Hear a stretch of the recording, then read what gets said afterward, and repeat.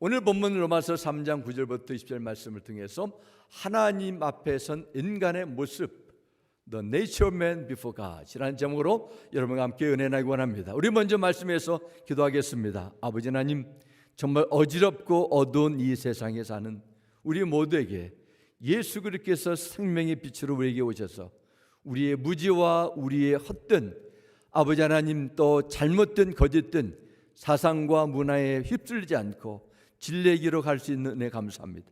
이 말씀 우리에게 그런 믿음의 큰 이익이 되도록 성령 하나님 이 시간을 주장하여 주옵소서. 우리 가운데 말씀의 능력이 나타나도록 축복하여 주옵고 주 예수님 이름으로 기도드렸습니다. 아멘. 예전이나 지금이나 사람들이 가진 관심 가운데 하나는 인간의 능력, 한계에 도전하고 이루는 그런 이벤트나 그런 소식이 아닌가 생각합니다. 한국에서 철의 여인으로 통하는 산악인 김영미 씨가 있습니다. 이분이 지난 11월 말에 남극 서쪽 허클리스 인렛이라는 그 왼쪽 그 빨간 점 있죠. 거기서부터 가장 남극 가장 중심이 든 남극점까지 종단에 성공했다는 그 뉴스 기사를 제가 접한 적이 있습니다. 여러분도 아시는 것처럼 남극은 물론 북극보다는 낮겠지만 평균 영하 30도를 오르내리는 흑암과 칼바람이 부는 정말 사람이 생존할 수 없는 극한의 땅입니다. 그런 곳은 등정팀이 함께 걷는 것도 쉽지 않을 텐데 중간에 어떤 보급도 받지 않고 혼자 100kg가 넘는 장비와 식량을 실은 썰매를 줄로 허리에 묶고 51일간 약 1180km를 걸었다는 것입니다. 1200km가 어느 정도 거리입니까? 여기서 뉴욕까지, 또 서쪽으로는 여기서 오클라호마 시티까지 가는 엄청난 거리입니다. 혼자 이렇게 썰매를 끌고 50일 동안 걸었어요. 제가 보면서 어머니는 강하고 얘는 약하다 그런 말 했는데 어머니도 강하고 한국 여성도 강하구나. 50대의 등반가로 알려진 베아트리스 플라민이라는 한 여성 탐험가가 지난 2021년 11월 21일 스페인 남부 지역에 있는 빛도 들어오지 않는 지하 70m 동굴 속에 내려가 몇 달이 아니고 500일 동안 일부와 접촉하지 않고 혼자 지내다가 지난달 4월 15일에 밖으로 나왔다는 소식이 전해졌습니다. 인간이 동굴에서 혼자 생활한 최장 기록이랍니다. 이처럼 자연의 한계에 끊임없이 도전하면서 새로운 기록을 세우는 그런 사람들을 보면 인간의 신체적인 정신적인 힘에 놀라기도 하고 이처럼 적응력이 있도록 강하게 있는가 생각이 납니다. 그러면은 인간의 마음은 어떠한가 합니다. 다르게 설명하면 인간은 본래 어떤 내적인 성품을 가지고 있는가, 이런 주제를 같이 나누기 원합니다. 유교의 대표적인 사상가 중 한 사람 알려진 맹자 같은 사람은 인간은 원래 선한 존재로 태어났다고 주장했습니다. 인간의 본성이 선하지만은 걔네 욕망이나 환경에 의해서 자라나온 성장 과정을 통해서 악해질 수 있기 때문에 인간 속에 선한 것을 잘 개발만 해주면은 나름대로 선한 사람을 살 수 있다. 그래서 교육과 도덕을 강조했습니다. 반대로 순자는 인간은 본래 악한 존재이기 때문에 법에 명시된 인간의 도리에 대한 교육과 훈련을 통해서 개선돼야만 된다. 그런 가능성을 주장했습니다. 그러면은 이처럼 도덕가 사상가가 아니라 성경을 통해서 보여준 하나님의 말씀, 성경은 인간의 내면 상태에 대해서, 즉 본성에 대해서 어떻게 말씀하고 있을까요? 무엇보다도 성경은 인간의 본성, 우리 함께 이 말씀을 나누기 원합니다. 시편 51편 5절 말씀을 이렇게 기록합니다. 나는 분명히 죄 가운데 태어났습니다. 내 어머니가 죄 가운데 나를 잉태한 것입니다. 말씀합니다. 다윗은 자신이 어머니의 뱃속에 있을 때부터 나는 죄인이었다는 고백을 합니다.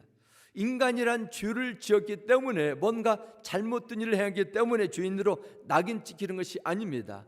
원래 죄를 추구하는 본능 때문에 태어나서 성장하면서 죄에 빠지는 것이라는 거예요. 죄와 함께 대안해서 죄와 싸우면서 죄와 함께 나중에는 결국 죽는 것이 인간의 모습이라는 것입니다.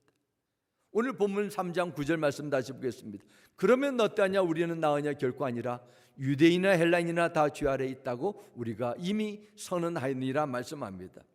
우리가 계속 3장을 통해서 나누게 됩니다. 9절에 보면 우리는 나으냐? 결코 아니라, 이런 사도 바울의 양심 고백입니다. 여기서 우리라는 것은 사도 바울 자신을 포함한 로마에 있는 크리스찬, 또한 더 넓게 이 시대에도 예수 그리스도에서 하나님의 백성된 모든 성도들을 포함하는 것입니다. 그게 바로 우리예요. 유대인이나 어떤 율법을 받았다고 의인이 되는 것이 아니라 율법을 지켜야 되는데 어느 누구도 완벽하게 율법을 준수할 수 없기 때문에 하나님의 말씀을 가장 먼저 받아들인 유대인이나 율법을 처음부터 받지 않았던 이방이나 다 똑같다, 이런 하나님의 선언합니다. 선이 있습니다. 아브라함의 후손으로 할례를 받았고 하나님께서 모세를 통해 받은 율법, 즉 하나님의 말씀을 먼저 받은 이스라엘 백성들입니다. 하지만 그들은 구약 성경에 보면 어떻습니까? 우상을 만들고 하나님을 배반하고 그들이 보낸 하나님의 아들 예수 그리스도를 십자가의 형틀에 처참하게 죽일 정도로 잔인하게 나왔어요. 가장 예수를 잘 믿을 수 있는 그들이었지만은 어쩌면 가장 무자비하게 나왔습니다. 이것이 성경에서 증거하는 인간의 실상이에요. 유대인이나 이방인이나 다 어디 아래 있어요? 죄 아래에 있다 말씀합니다. 그래서 죄 아래에 있다는 것은 모든 인류는 죄의 영향, 세력 안에 있다는 것입니다. 이 말에 대한 의미는 군인이 자기 상관의 명령에 복종하듯이 죄는 인간의 마음과 생각, 행동, 태도, 감정을 지배하면서 왕노릇하고 있다 선언입니다. 죄가 세상에 들어온 이후 마귀는 인간의 왕노릇하게 됩니다. 우리 인생을 더욱더 비참한 노예의 종으로 끌고 다니고 있습니다. 모든 인류가 죄 아래에 있다는 것은 죄에 동참하고 있다는 것입니다. 어떤 경우는 직접적으로 신문에 나오는 것처럼 죄를 지키도 하지만은 대부분은 간접적으로 참여하고 후원하고 거기에 그냥 무의식적으로 따라가는 죄를 짓는 것입니다. 예를 들면 그렇습니다. 어떤 회사가 다국적 대기업이 다른 나라에 공장을 짓습니다. 그 나라에 산 사람들의 가난한 형편을 악용해가지고 착취하게 됩니다. 공장에 나오는 화학물질을 통해서 주위에 있는 농민들이 병으로 고생합니다. 하지만 그 공장에 나오는 물건을 이제는 그 기업에 속한 선진국이나 여기 있는 그 나라에 수입하면서 기업은 더욱더 성장하게 됩니다. 기업이 낸 세금과 후원을 받아 많은 사람들이 사회보장제도를 통해서 혜택을 받게 됩니다. 만일 3세기에 세워진 기업의 물건을 늘 사용하는 사람도 그 죄악에 간접적으로 사용하는 것입니다. 그리고 선진국은 더 강력한 핵무기 같은 그런 무기를 만들어 가지고 또 약한 나라 자신의 기득권을 유지하기 위해서 계속 전쟁을 일으키고 사용하게 됩니다. 인류의 죄라는 것은 서로가 서로 뗄 수 없는 밀접한 관계로 묶였기 때문에 누가 더 많이, 누가 더 직접적으로 관련되어 있냐 차이가 있어도 엄밀한 의미에서 보면 모든 사람이 다 죄에 참여하고 있다. 이것을 성경에 유대인이나 헬라인이나 다 죄 아래에 있다 말씀하는 것입니다. 사도 바울이 아시아와 유럽을 다니면서 얼마나 위대한 복음 증거자로 사역을 해왔습니까? 하지만 그는 로마서 7장 21절에 고백합니다. 내 지체에는 다른 법이 있어서 내 마음의 법과 맞서 싸우면서 내 지체에 있는 죄의 법에 나를 포로로 만드는 것을 봅니다. 지체는 몸과 정신과 영을 포함한 모든 것입니다. 내 마음에 두 그룹이 있습니다. 하나는 마음의 법, 성령의 법입니다. 그리고 다른 하나는 육의 소욕, 죄의 법이 있습니다. 죄의 법이 나의 감정과 의지와 생각을 붙들고 누에처럼 끊임없이 나를 포로처럼 끌고 다닌다는 거예요. 사도 바울은 복음 전파를 위해서 세상의 성공과 미래를 다 포기했습니다. 목숨을 내걸고 개척교회를 많이 세우고 전도도 하고 제자훈련도 시켰습니다. 하지만 실상 그의 마음속에는 아직도 죄의 법이 너무 강해서 여러 가지 갈등을 계속 만들어내고 있어요. 그의 마음속에 아직도 용서하지 못하고 미워하는 마음, 질투하는 마음, 쓴뿌리가 남아 있어요. 그러면서 자신이 너무너무 괴롭다고 솔직히 고백하는 것입니다. 그래서 성경 오늘 본문 10절에는 기록된 바 의인은 없나니 하나도 없으며 말씀한, 그래서 기록된 바, 이것은 성경 구약 성경을 의미합니다. 즉 시편 14편과 53편의 내용을 인용한 것인데, 의인은 하나도 없다, 하나님의 선언입니다. 그래서 의인이라는 것은 거룩하신 하나님 앞에서, 사람 앞이 아니에요, 완전한 하나님 앞에서 떳떳하게 살아갈 자격이 있는 사람, 하나님께서 이 땅을 다 살펴보시는데 그런 사람이 몇 명 있어요? 하나도 없다는 거예요. 정말 그렇습니다. 하나도 없어요. 정말 의인이 하나도 없을까요? 심판을 피할 수 있는 의인 없습니까? 세상에서는 일반적으로 사람들이 할 수 있는 선한 일, 대단한 일을 성취한 사람을 의인이라, 열사라 그렇게도 부르기도 합니다. 그런데 여기가 문제예요. 의인이라고 말하는 기준, 이 기준을 사람들이 만들어 놨다는 것입니다. 사람들은 자신의 출신 배경, 외적인 매력, 학력, 소유한 재산, 성공, 위치를 통해서 분리하고 나눕니다. 이처럼 사람들은 자신의 기준이나 가치로 다른 사람들 판단하고 구분하지만은 하나님 앞에 서 있는 죄인이라는 그런 차원, 그런 기준으로 볼 때는 모두가 다 하나예요. 다 똑같다는 것입니다. 세상에서 앨런 머스크처럼, 워런 버핏처럼 수천억 달러의 재산을 가진 갑부나 홈레스나 사회적인 존경의 대상이 되는 유명 인사나 바다에서 고기를 잡아 하루하루 살아가는 어부나 하나님 앞에서는 전혀 다르지 않다는 것입니다. 사람의 의의를 측정하는 기준은 사람의 선행, 착함이 있지 않기 때문입니다. 하나님의 완전하신 거룩한 성품에 있다는 것입니다. 그래서 의인은 없나니 하나도 없다, 하나님의 선언입니다. 사람의 기준을 보면은 어떤 사람은 그렇습니다. 이야, 저 사람은 어떻게 심성이 곱고 정말 법도 없이 살아갈 수 있는 사람이네. 어떤 사람은 야, 어디를 봐도 문제가 없는 곳이 없네, 그게 판단합니다. 하지만 하나님의 기준에 보면 다 자격 미달입니다. 이런 것과 같았습니다. 지구에서 제일 높은 산, 여러분 아시는 것처럼 에베레스트 산입니다. 에베레스트 산의 높이는 약 9,000m라고 합니다. 지구에서 그러면 제일 낮은 곳은 필리핀 지역에 있는 마리아나 해구라고 합니다. 바다 깊이가 약 11,000m입니다. 그러니까 11km죠. 가장 낮은 마리아나 해구와 세상에서 가장 높은 에베레스트 산의 차이는 약 2만 m, 그러니까 말로 치면 13마일, 14마일 정도 되겠습니다. 여기서 피셔스나 카멜 정도 거리죠. 이런 엄청난 차이가 지구를 찍는 인공위성 사진을 보면 어떻습니까? 차이가 나요? 큰 차이가 없습니다. 하물며 인생의 삶을 볼 때, 사람들의 도덕적인 행실과 의로운 기준을 볼 때 하나님 보시기에 인생은 어떻게 보일까요? 사람들끼리는 이 사람 저 사람 비교하다 보면 어마어마한 차이처럼 보입니다. 그러나 하나님의 기준을 볼 때는 아무것도 아니에요. 모든 인류는 다 주의 세력 아래서 살고 있는 것입니다. 호주나 캐나다 정부에서는 이민 정책이 아주 까다롭게 되어 있습니다. 지금은 좀 달라진지 모르겠어요. 그 정부에서는 이민 비자를 내줄 때 점수 제도가 있었어요. 영어를 해야 되고 전문적인 기술이나 자격증을 요구하면서 국가에 공헌을 할 수 있는가를 심사하게 됩니다. 국가에 도움이 될 수 없으면은 이 나라에 오지 말라는 거예요. 만일 하나님께서 천국에 들어갈 수 있는 사람들의 자격 조건을 제시하게 된다면 그곳에 들어올 사람들이 몇 명 있을까요? 한 사람도 없다는 거예요.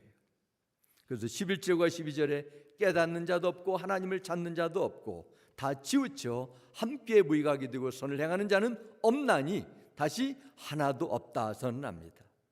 깨닫는 자도 없다는 것은 자신이 죄인이기 때문에 이거 없다는 것을 인식하지 못해요. 깨닫기라도 하면은 의를 달라고 구하여야 할 텐데, 의를 나타내는 흉내를 할 텐데, 율법이 없는 자는 아무것도 몰라서 의를 구하지 않고 율법을 받은 자들은 오히려 위적인 유대인이기 때문에, 내가 의인이기 때문에 나는 괜찮다, 그렇게 착각하는 것입니다. 하나님을 찾는 자가 없어요. 내가 먼저 하나님을 찾았기 때문에 오늘 내가 이렇게 교회에 나와 예배드리는 거 아닙니까? 이게 우리가 오해할 수 있는 사실이 있어요. 많은 사람들이 하나님을 찾았기 때문에 신앙을 가지고 기독교 교회 생활, 신앙생활 한다고 여기지만, 사실 따지고 보면은 그들은 하나님을 찾는 것이 아니라 자신을 찾아서 자신이 원하는 것을 찾아 나올 수 있다는 겁니다. 살면서 문제가 생길 때, 외로울 때, 어려움이 찾아올 때 마음에 위로를 주는 어떤 대상을 찾습니다. 만족을 얻기 위해서 나의 필요를 채워주는 무언가를 찾게 돼 있어요. 유대인이나 이방인이나 하나님을 찾았다는 것은 결국 자기들의 소원이나 들어주는 우상, 그런 정도의 수준의 신적인 존재를 찾았다는 것입니다. 이것은 살아계신 하나님, 완전한 의로움과 거룩하심을 가진 그 전능하신 여호와 하나님을 찾는 것과는 다른 차원이에요. 인류 역사를 보면 지금까지 쌓아놓은 문명이 얼마나 위대합니까? 우주 정류장을 세우고 화성에 무인 탐사선을 보내고 자율 자동차를 설계하고 슈퍼컴퓨터를 만들어서 모든 것을 로봇화 시키고 세계 어느 곳에서도 얼굴을 보며 대화를 할 수 있는 이런 시대입니다. 처음에 그 인공위성 전화가 나왔을 때 제가 카드를 사가지고 비행기 안에서 계속 전화했어요. 너무 신기해가지고, 땅에서도 전화가 드는데 이 비행기 안에서도 인공위성으로 전화가 되네. 여러 곳에 전화를 그냥 호기심에서 한 적이 있었습니다. 그런 시대에 우리가 살고 있어요. 그럼에도 인간이 절대로 할 수 없는 것이 있습니다. 그것은 바로 하나님을 알 수 있는 능력이에요. 인간의 정신은 너무 작기 때문에 이성적이거나 직감으로, 철학적인 지식으로 결코 이해할 수도 없고 깨달을 수도 없어요.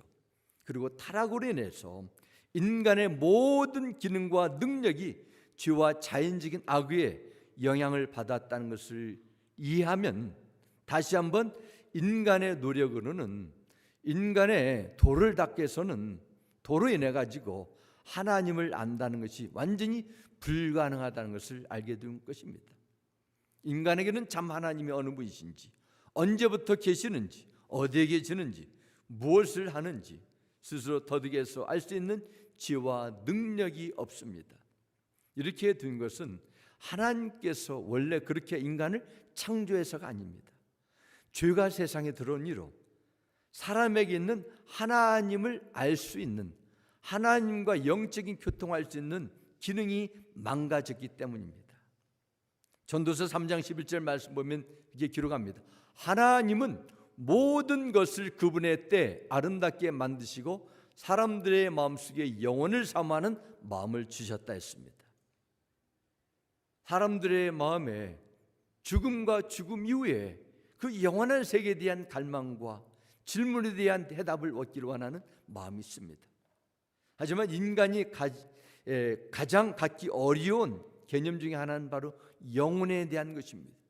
그래서 사람들이 생각하는 것이 앞으로 10년, 몇십 년, 은퇴, 죽음, 90세, 100세 거기까지만 생각하는 것이지요. 그게 자기의 최고의 관심거리만 두는 것입니다. 앞으로 100년, 500년, 1000년 이후에 내가 어떻게 될 것인가 깨닫지 못하고 관심도 갖지 못합니다. 영생에 대한 궁금증은 많지만 그에 대한 확신이 인간에게 없어요. 온 우주와 대자연의 엄청난 신비를 보면서도 분명히 우주를 창조하신 창조주가 계시다, 그것을 깨닫지 못해요. 그러므로 다 마음이 어떻습니까? 무익하게 되고 선을 행하는 자가 없다고 성경 말씀합니다. 성경 말씀이 내리는 인간에 대한 판결이 맞다는 것을 지금까지 보여준 인류의 죄악된 역사가 증명해 주고 있습니다. 인간은 한 피를 나누고 모든 것을 다 떼어줄 것처럼 같아도 마지막에는 결정적인 때는 자신의 유익에 따라, 계산에 따라 결정하고 배신하고 속이고 떠날 수 있어요. 그럼에도 사람들은 하나님보다도 인간에 대한 더 큰 기대와 소망을 걸고 살아갑니다. 그러다가 상처받거나 실망하게 되면 설마 했는데 믿는 도끼에 발치겠다는 식으로 그 사람이 나에게 그렇게 할 수 있어 이렇게 반응합니다. 하지만 세상을 살아보신 분들은 그런 일을 만나도 크게 놀라지 않는 것을 보게 됩니다.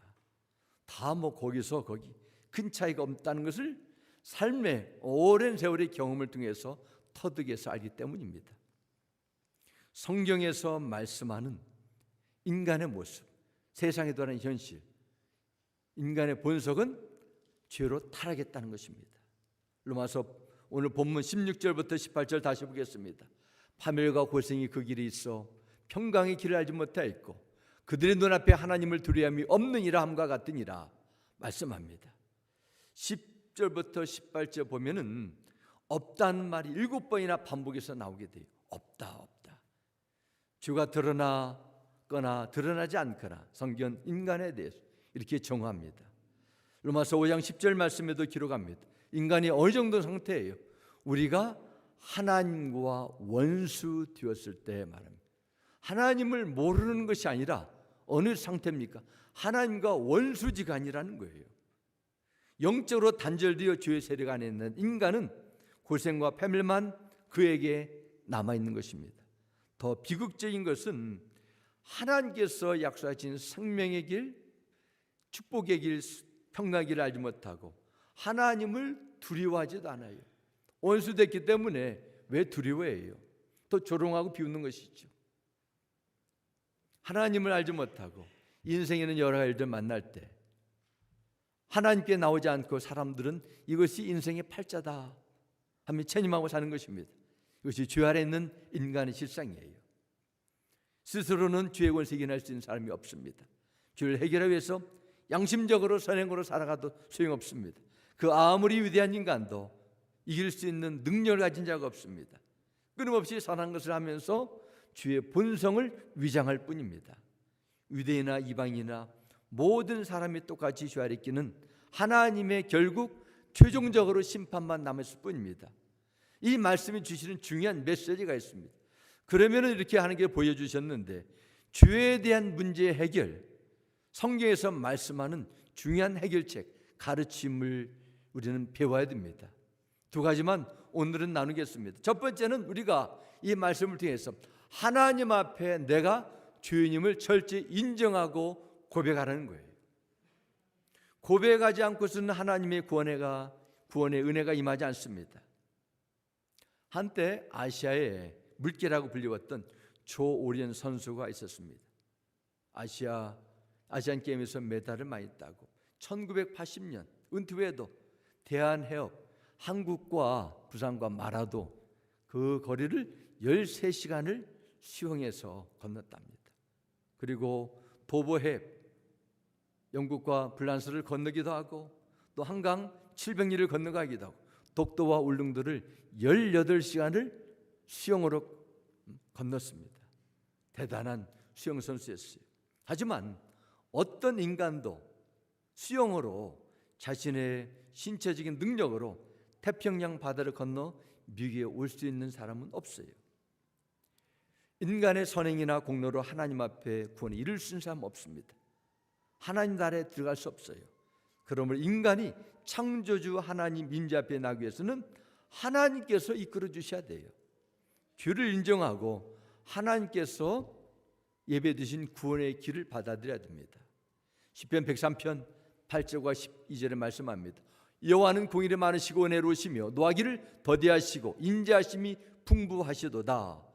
동이 서에서 먼 것 같이 우리의 죄과를 우리에게서 멀리 옮기셨으며 말씀합니다.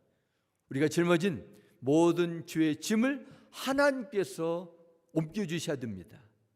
하나님께서 그의 백성들을 죄를 우리에게서 멀리 옮겨주셨어요. 어디까지요? 동이서에서 먼 것처럼 완전히 옮겨주셨어요. 구약시대의 염소가 이스라엘의 허물과 죄악을 지고 진영 밖에 멀리 끌려가 죽은 것처럼 예수 그리스도께서 이 땅에 오셔서 우리의 죄과를 대신 담당하기 위해서 화목제물이 되어주심으로 죄과가 떠났다는 것입니다. 이사야 1장 18절 말씀에도 여호와께서 말씀하시되 오라 우리가 서로 변론하자. 너희의 주가 주홍 같을지라도 눈과 같이 희어질 것이요 진홍같이 붉을지라도 양털같이 희게 되리라 말씀합니다. 하나님은 우리가 먼지뿐임을 기억하시고 하나님을 경유하고 은혜를 구하는 자들에게 구원을 베풀어 주신다고 약속하셨어요. 인생은 풀처럼 잠깐 반짝이다가 시드는 존재지만 하나님을 경유하고 그 말씀을 기억하고 행하는 자들에게 영원한 자비를 베풀어 주십니다. 그래서 주의 메시지가 있습니다. 우리가 나의 영적 상태를 겸손하게 솔직하게 고백하는 것이죠. 내 의로움 선행이 아니라 하나님의 긍휼함과 자비와 용서함밖에 나는 하나님 앞에 설 수 없음을 인정하는 것, 이것이 바로 예수 그리스도를 믿는 첫 단계입니다.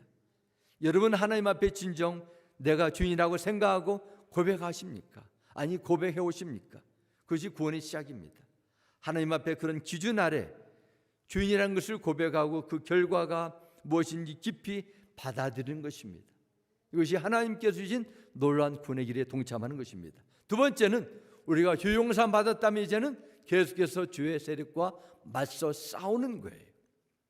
오늘 본문 마지막 20절로 보겠습니다. 그러므로 율법의 행위로 그 앞에 의롭다 하심을 얻을 육체가 없나니 율법으로는 뭐예요? 주를 깨달음이라 말씀하셨습니다. 율법의 역할이 있어요. 주를 깨닫는 것입니다. 물론 율법의 행위로는 우리가 하나님 앞에 의롭다 할 수 있는 능력은 없지만은 성경 분명히 말씀합니다. 주를 깨우쳐 줄 수 있는 율법의 목적이 있습니다. 율법에는 죄를 제거하는 힘이 아니라 우리의 영적 상태를 진단해 줍니다. 그래서 로마도 5장 13절 말씀입니다. 율법이 있기 전에도 죄가 세상에 있었으나 율법이 없을 때는 죄가 죄로 여겨지지 않았습니다 말씀합니다. 율법이 없을 때 죄가 죄로 여기지 않았다는 말은 죄가 아니었다는 말이 아니에요.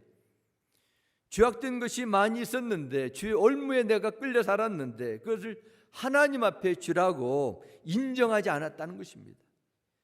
그때 하나님의 말씀을 들어보니까, 성경을 펼치고 말씀을 들어보니까 아, 내가 그때 죄를 짓고 살았구나, 이게 깨우쳐야 된다는 것입니다. 이곳을 운전하다 보면은 도로 옆에 세워진 큰 광고판에서 병원에서 세운 의료 진단에 대한 광고가 눈에 띄는 경우가 있어요. 위 내시경 검사를 받으십시오. 심장이나 폐 검사, CT 촬영을 몇십 불에 이번에 특별 할인을 합니다 하시기 바랍니다. 피검사, CT, MRI 검사를 받습니다. 건강을 유지하기 위해서 올바른 진단이 필수입니다. 그러나 진단을 했다고 해서 그 사람이 건강이 좋아지고 병이 저절로 치료되는 것은 아닙니다. 진단은 몰랐던 것을 정확하게 알게 해주는 역할을 하게 되는 것입니다. 먼저 정확한 진단을 하고 그 다음에 진단 결과에 따라서 치료 자리에 나가게 되는 것입니다. 하물며 우리의 영혼의 병, 영혼의 죄는 어떻게 했습니까? 내가 신앙을 갖기 전에도, 교회 생활하기 전에도 죄는 늘 있었어요. 나중에 교회에 나오고 말씀을 좀 더 깊이 배우고 묵상하다 보니까 그것은 하나님 앞에 죄다, 성령께 내가 불순종했다 깨우쳐주는 것입니다. 하나님의 말씀을 통해서 우리 영적 상태를 올바로 진단해 줍니다. 그러나 오늘 우리가 사는 그리스도인들의 현실은 여기에 관심이 없다는 데 있어요. 영적 상태를 바로 깨닫지 못하면 하나님 주신 구원의 은혜, 용서도 올바로 하지 못합니다. 이론적으로는 우리가 많이 듣고 배웠으니까 죄인이구나, 이 정도는 고개를 끄덕거립니다. 그러나 하나님 앞에 내가 얼마나 심각한 죄인인가를 실제적으로 느끼거나 인정하지 않다는 것입니다.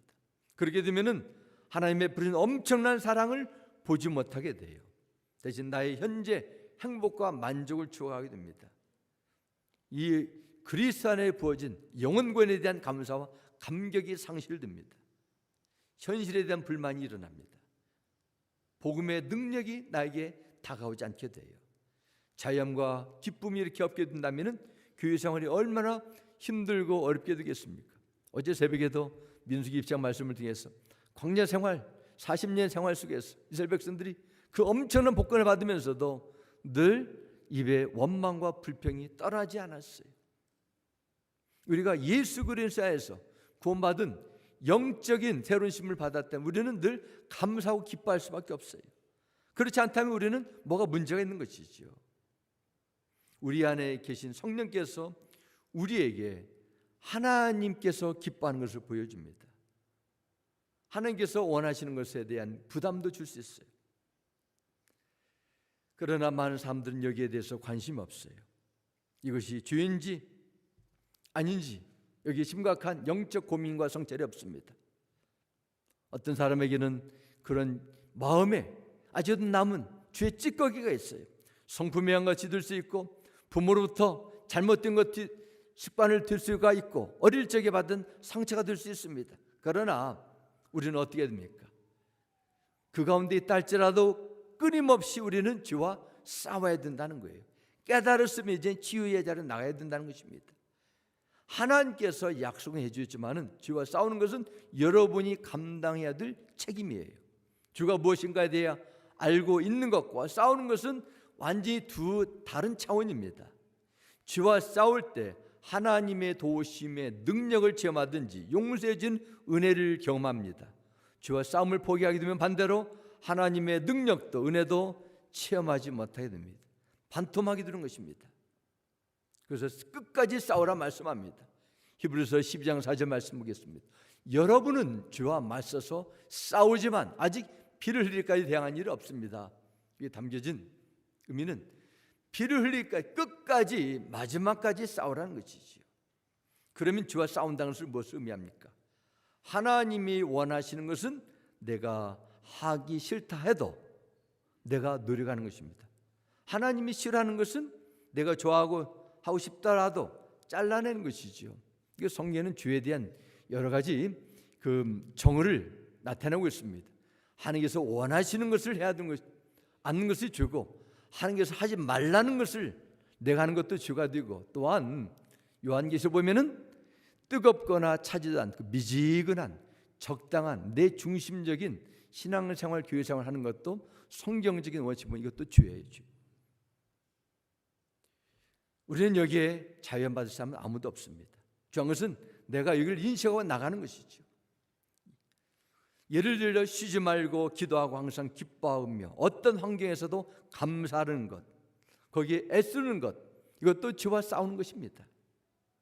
부족하고 연약한 인간으로서 우리는 불완전하지만은 완벽하게 싸워 승리할 수 없다 할지라도 앞으로 나가는 거예요.